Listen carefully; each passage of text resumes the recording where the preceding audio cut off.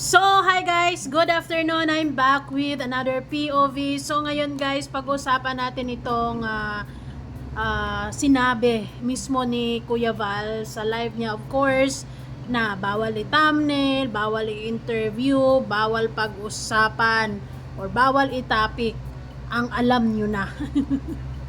Anyway, si Kuya Val may paalala or pahabol lamang sa mga matitigas ang ulo talaga.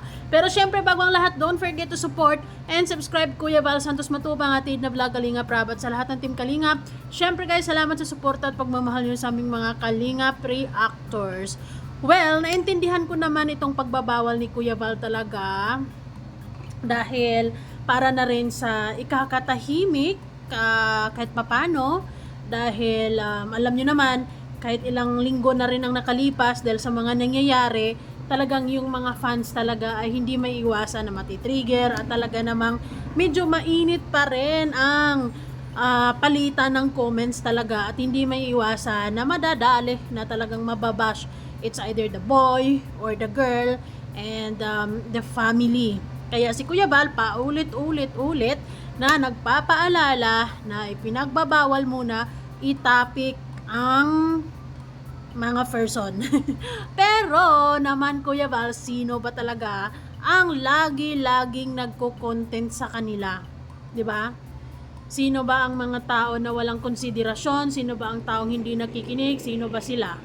Well, sa mga viewers, sa mga manonood, i-comment nyo sa comment section kung sino-sino ang mga to, kung bakit hanggang ngayon ay pinoproblema pa rin ni Kuya Val na hindi naman na dapat, 'di ba? Na pagka sinabing bawal, hindi bawal.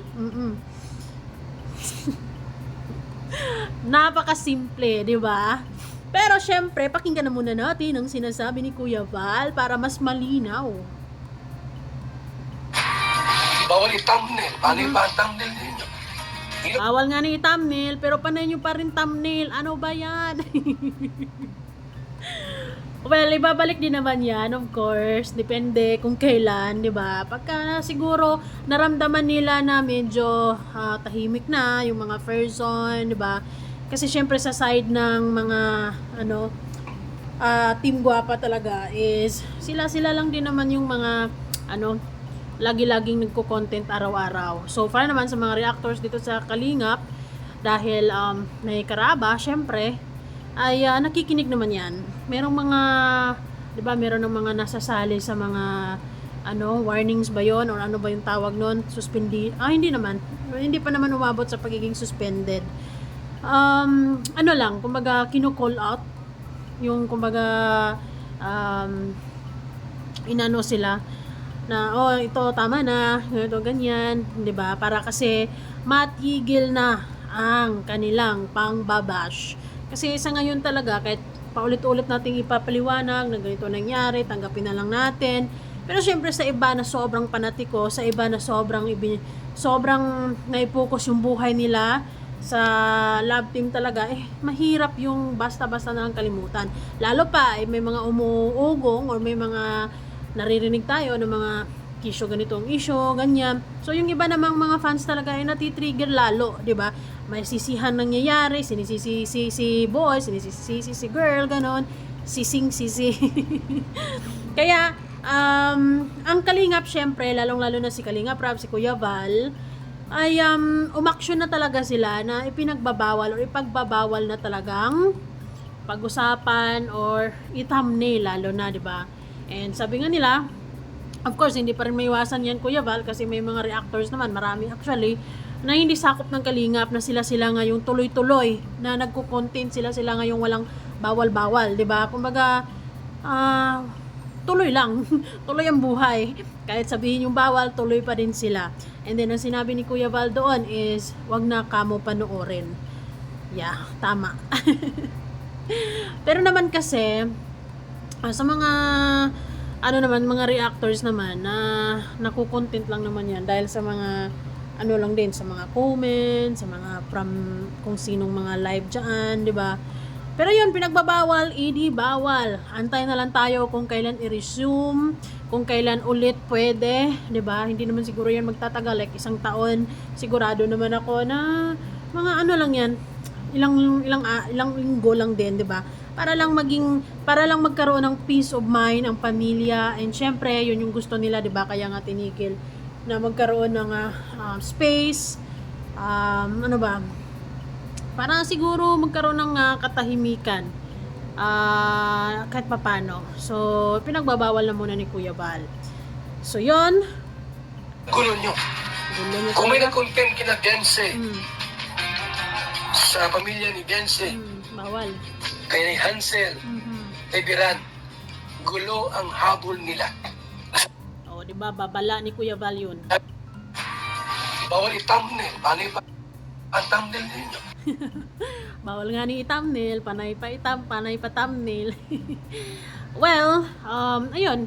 Sa mga meron naman talaga diyan, Kuya Val, na hindi talaga nakikinig, lalo na yung mga hindi sakop na sa Kalingap talaga. Of course, hindi nila papakinggan kahit mamaos pa si Kuya Val diyan, kasi may sarili silang decision sa buhay.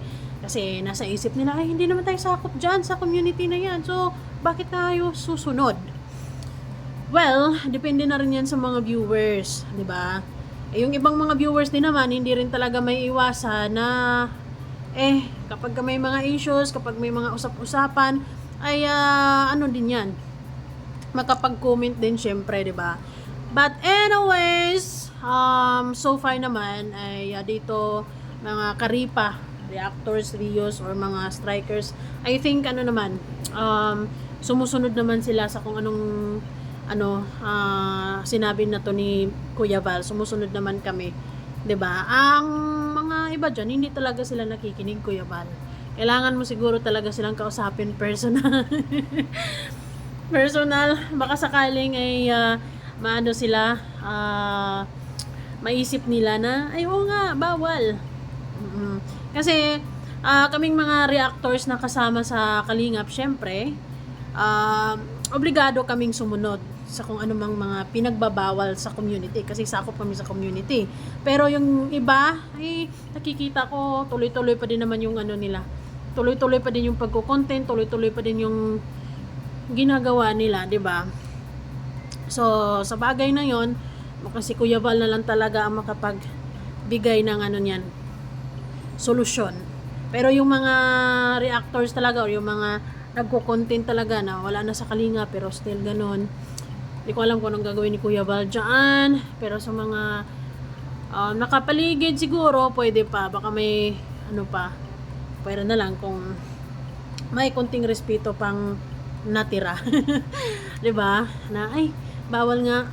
Pero syempre, dahil nagkaroon na nga ng gap, nagkaroon ng hindi pagkakaunawaan, nagkaroon na ng problema, yung simpleng ganito pakiusap, para lang din naman sa katahimikan ng lahat, lalong-lalo na sa babae at sa lalaki, and of course sa pamilya.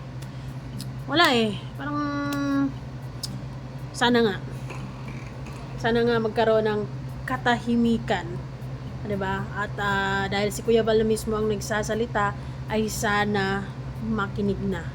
Yun naman guys, maraming salamat. Bye bye.